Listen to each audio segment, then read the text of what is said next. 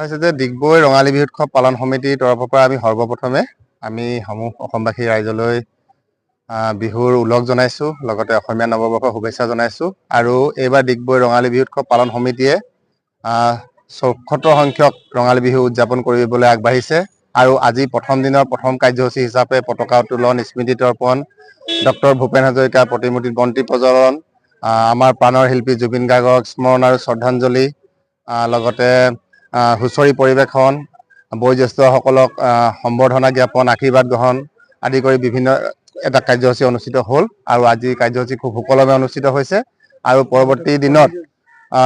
পৰৱৰ্তী দিনতো আমাৰ কাৰ্যসূচী আছে। আৰু হুঁচৰি পৰিৱেশনৰ পাছতে আমাৰ কণী যুঁজ প্ৰতিযোগিতা কাৰ্যসূচীও হৈছিলে। আৰু ২৬ তাৰিখে সদৌ অসম ভিত্তিত প্ৰতি বছৰৰ দৰে বহাগী মাৰাথান দৌৰ প্ৰতিযোগিতা হ'ব, চিত্ৰাংকন প্ৰতিযোগিতা হ'ব। আৰু ৩০ এপ্ৰিল তাৰিখে আমাৰ মৌ কুঁৱৰী প্ৰতিযোগিতা, পাট গাভৰু প্ৰতিযোগিতা, তাৰপাছত ১ মে তাৰিখে চেমনীয়া হুঁচৰি প্ৰতিযোগিতা আদি কৰি বিভিন্ন প্ৰতিযোগিতা অনুষ্ঠিত হ'ব। আৰু ২ তাৰিখে আমাৰ বাৰেৰহণীয়া সাংস্কৃতিক শোভাযাত্ৰাৰ লগতে সন্ধিয়াৰ ভাগলৈ স্মৃতিগ্ৰন্থ বিৰিণা উন্মোচন, বঁটা বিতৰণী অনুষ্ঠান আৰু আমাৰ যি সাংস্কৃতিক কাৰ্যসূচী অসমৰ এটা জনপ্ৰিয় হুঁচৰি দল চেৰেকাপাৰ হুঁচৰি দলে ইয়াত আহি বিহু প্ৰদৰ্শন কৰিবহি।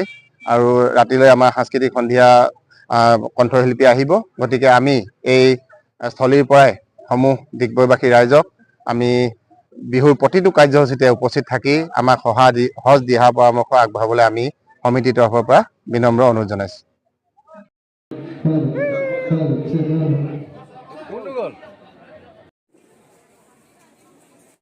ডিগবৈ ৰঙালী বিহু উৎসৱ পালন সমিতিয়ে অহা বছৰ ৭৫ বছৰ বয়সত ভৰি থ'ব। আৰু সেই অনুষ্ঠান ভাগ আমাৰ মাজত অহা বছৰ হ'ব। কিন্তু ইমান পুৰণি অনুষ্ঠান এটাৰ আৰ্থিক স্থিতি খুব সবল নহয়, অতিকৈ দুৰ্বল। গতিকে এই কথাটো আমি চিন্তা কৰিব লাগে সকলোৱে। আৰু সেইমতে আমি আমাৰ ভৱিষ্যত কাৰ্যপন্থা আগবঢ়াই লৈ যাব লাগে।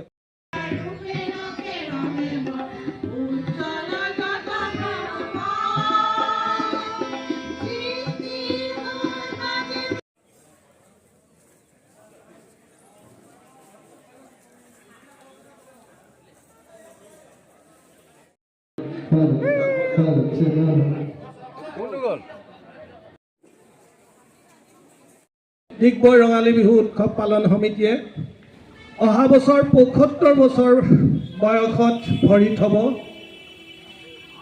আৰু সেই অনুষ্ঠান ভাগ আমাৰ মাজত অহা বছৰ হ'ব। কিন্তু ইমান পুৰণি অনুষ্ঠান এটাৰ আৰ্থিক স্থিতি খুব সবল নহয়, অতিকৈ দুৰ্বল। গতিকে এই কথাটো আমি চিন্তা কৰিব লাগে সকলোৱে।